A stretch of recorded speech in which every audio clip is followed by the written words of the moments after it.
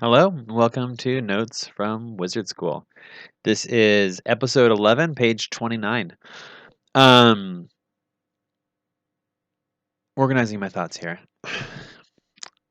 On this page, I have notes from a conversation I had with a friend of mine who is a social worker.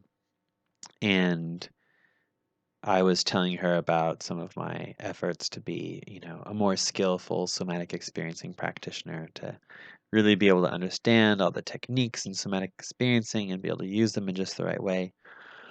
And hearing her talk about social work and how she approaches it, I realized that for her, it wasn't about doing a technique or being, a supremely skillful social worker, which of course she was interested in that. She took classes and stuff, same as I do. But she could see that just showing up for her clients made a huge impact. Just the fact that she showed up and she was a human. Um, and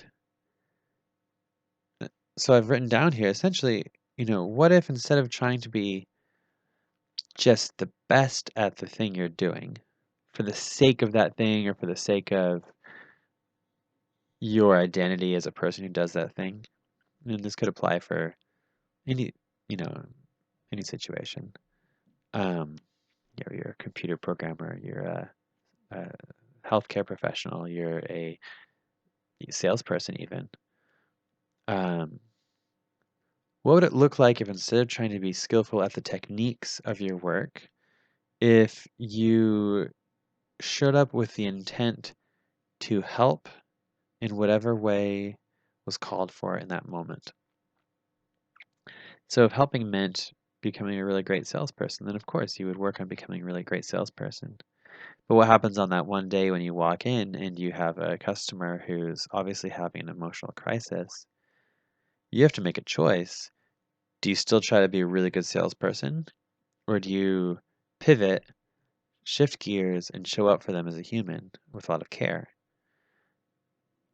And then it just starts raising that question: what happens if you always show up with a lot of care? What happens if you always show up as a human, first and foremost, with that role and the techniques maybe just one step back in the background? This isn't advice. I'm not saying this would work for everybody or suit everybody, but I've noticed in my work and my process as moving towards the person that I want to be, that the less I'm stuck on a role or an identity or a script that I'm supposed to follow, and the more I can just have those things sort of be loosely held while I'm really just showing up and being present, it feels way better for me, and it almost always goes better too. The other person feels better, we have a better relationship, and if we're working on a project together, we usually move further along.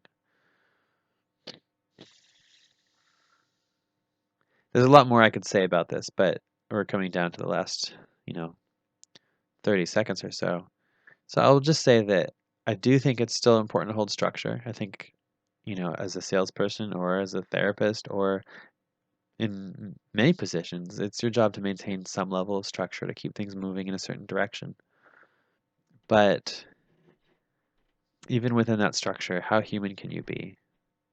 And how much can you respond to what feels appropriate for that moment rather than what feels appropriate for the role or the identity that you've taken on? You might be a salesperson, but that's just sort of a hat that you're wearing on top of your humanness. So that's something that I'm learning, and I wanted to share that.